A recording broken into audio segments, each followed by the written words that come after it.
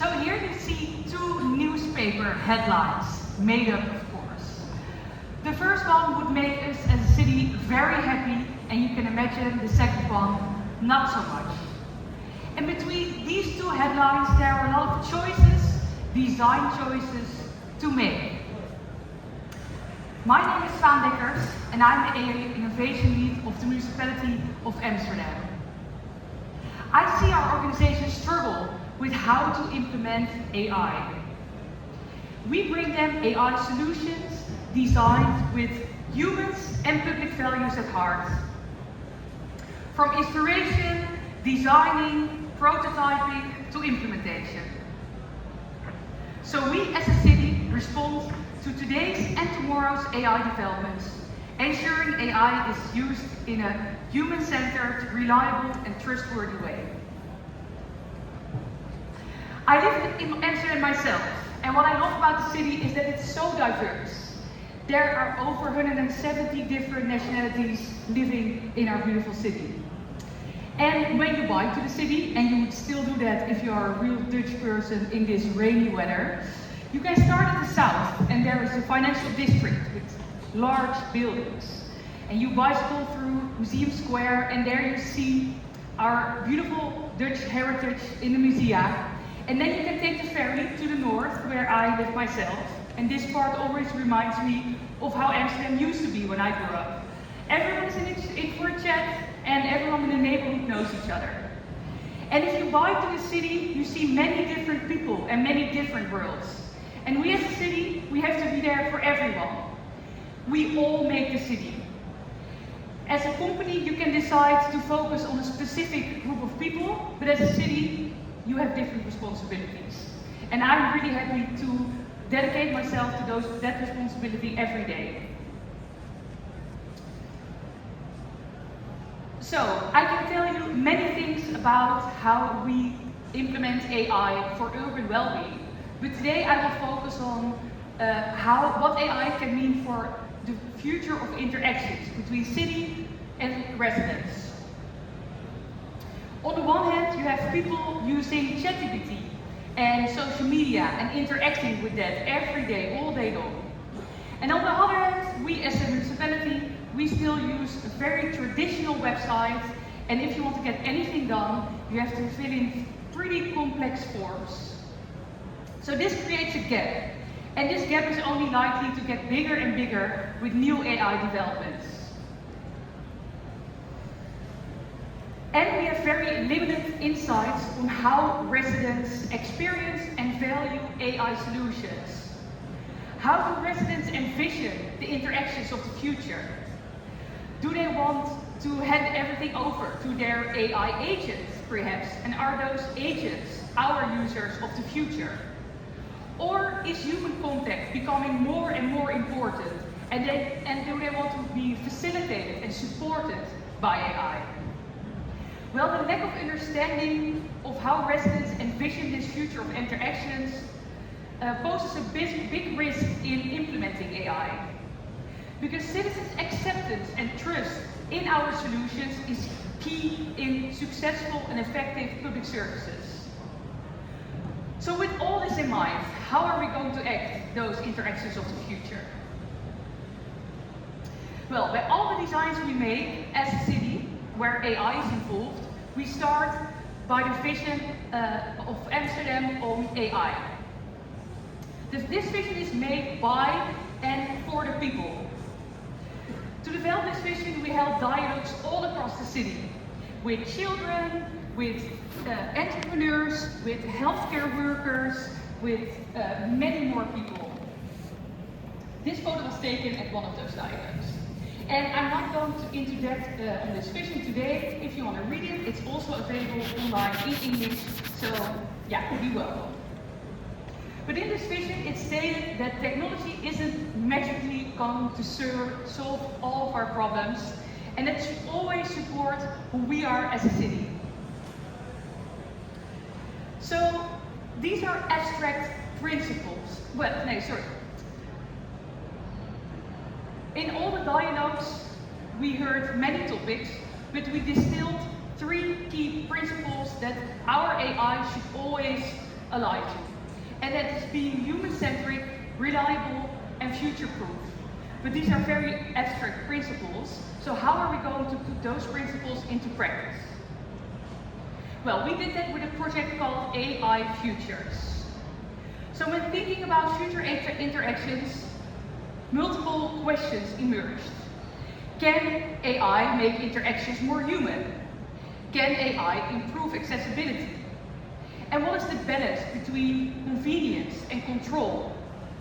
But you cannot just ask these questions to residents. And why not? Because these are way too abstract. So to make this abstract topic more tangible, we created 2 prototypes. They show how AI could change our interaction with the city. Instead of answers, these prototypes create space for imagination and dialogue. Each prototype is designed as a thought experiment. They're not designed as a final solution, but really to make dialogue possible. In the first prototype, your personal interaction is facilitated and supported by AI on the background and can make the interaction feel more human. Instead of us adapting to the computer adapts to us and speaks in our language. In the second prototype, the city interacts with your AI agent, and you mostly communicate to your AI agent, and you don't have to actively be involved yourself. Why these 2 prototypes? Well, I think technically they're already possible, but both they deliver a very different interaction for our residents. So let's look at the first prototype. Imagine you got a parking ticket and you're really unhappy and you don't agree. What would this interaction look like?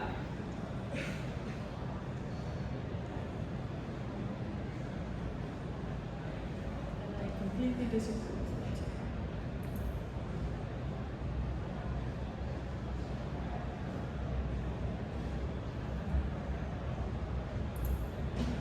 I want some help with this ticket because I don't think it's fair.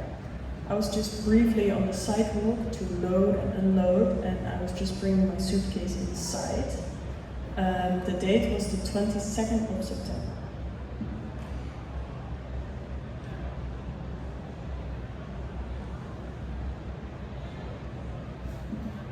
The license plate was 12AB12.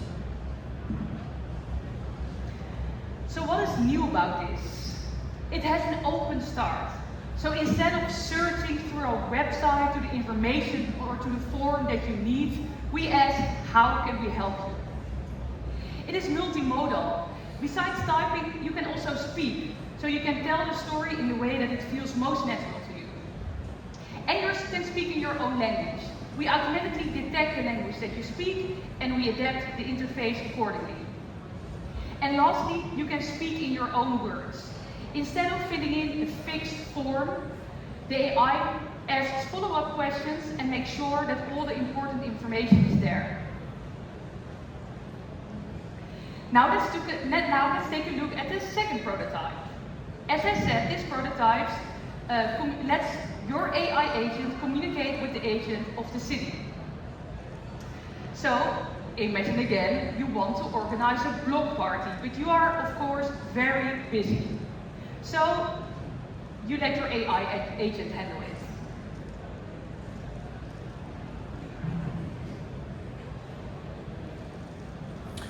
The neighborhood is 20 years old and we want to celebrate with a modest gathering. I was thinking of long tables with large bowls of food, premium champagne, artisanal spirit, craft beer tasting stations, a bonfire large enough to see from the highway, plus a petting zoo with exotic animals, a mechanical bull, maybe a small fireworks display for the children.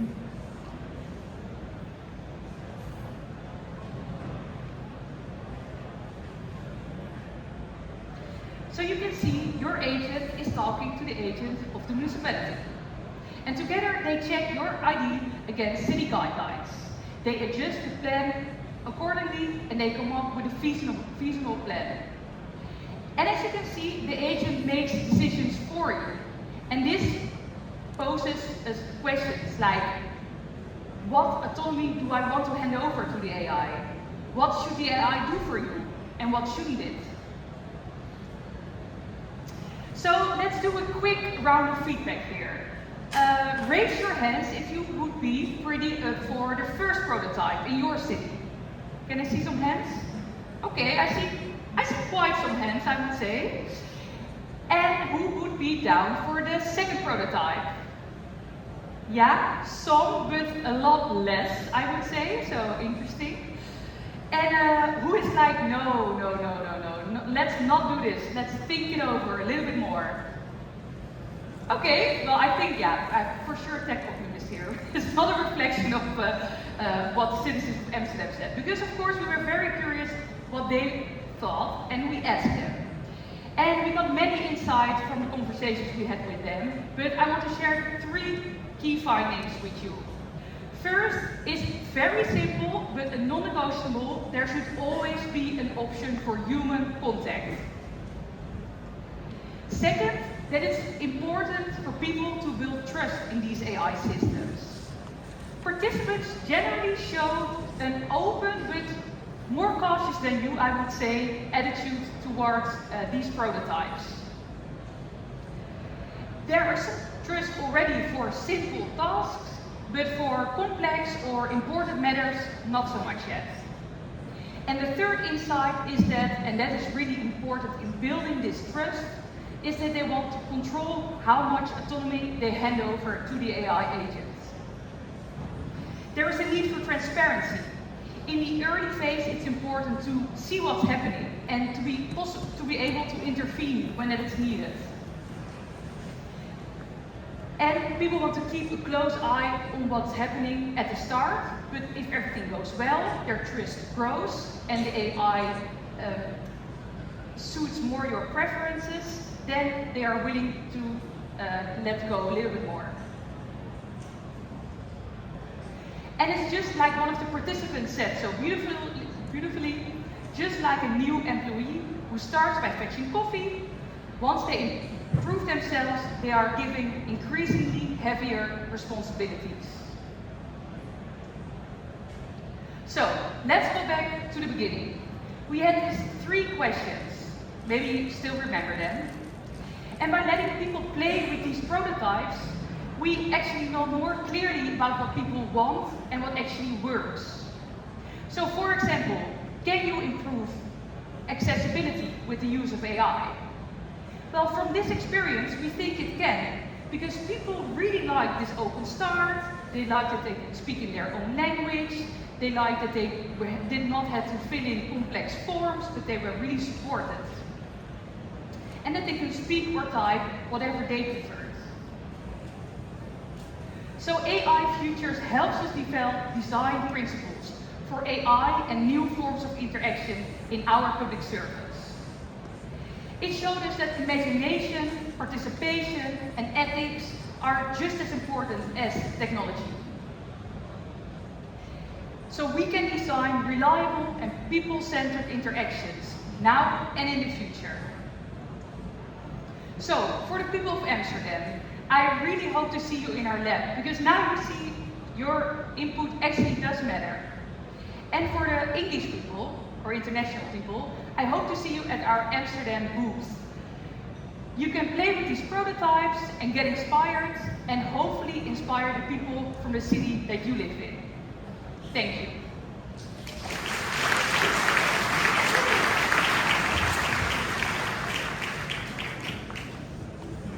Thank you so much, Swaan. Now we do have time for a few questions. If you have a question, do raise your hand. The lady in the front here in the green sweater.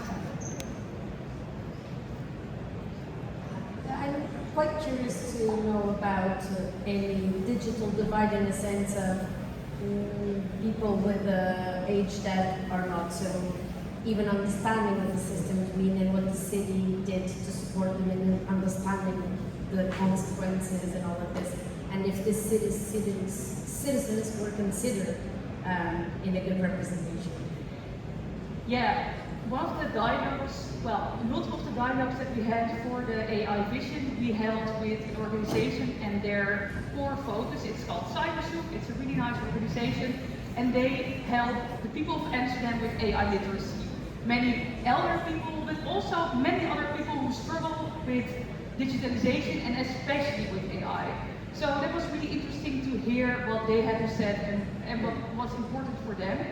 And it does come back, I think, to the key findings, like always have this really easy, visible opt-out and just, I want to just speak to a human. I think that was really important for them.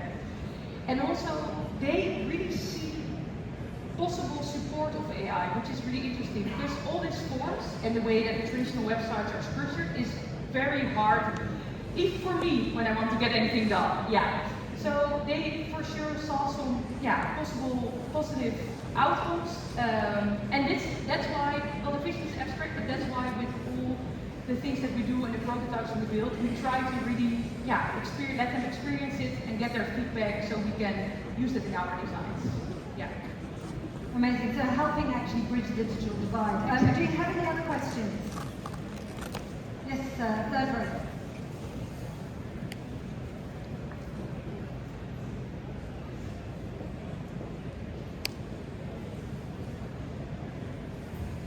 How will you handle associated risks, identity thefts, having license plates displayed like this? In this example, does it exposure personal data? If I say that we have the license plate of another person, does it get a feedback of, oh, this is not actually your license plate in this particular example?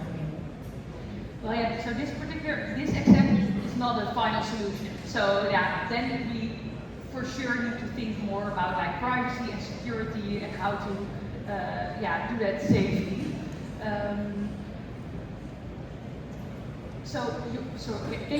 What is the core of your question? It was about identity theft, and so I think people putting on information. Yeah. So I think, and especially in the beginning, but I think for a long time, you will have the same identification process that there's already there, for example. So if you first want to log in to your Amsterdam account, you have to do proper identification, and then we have some basic information already there for you, just as you would normally do already when interacting with your city. Yeah. Exactly. Yeah, and then from there you go further. Yeah. Okay, so electronic ID basically coming into the zone. And that's already there. Yeah. Okay. Well, we're going to have to stop this conversation here, but it continues outside this room. Yes, stop to the booth and let's stop. Okay, so an open invitation there. Thank you so much, Swaan. Thank you. So that does set us up for the break. Go and visit Swaan and go to the booth. A big thank you to all our speakers. We're going to have a quick break. We're meeting here back at 20 to 5 at 16:40, and we've got a fabulous set of headliners set up for you then.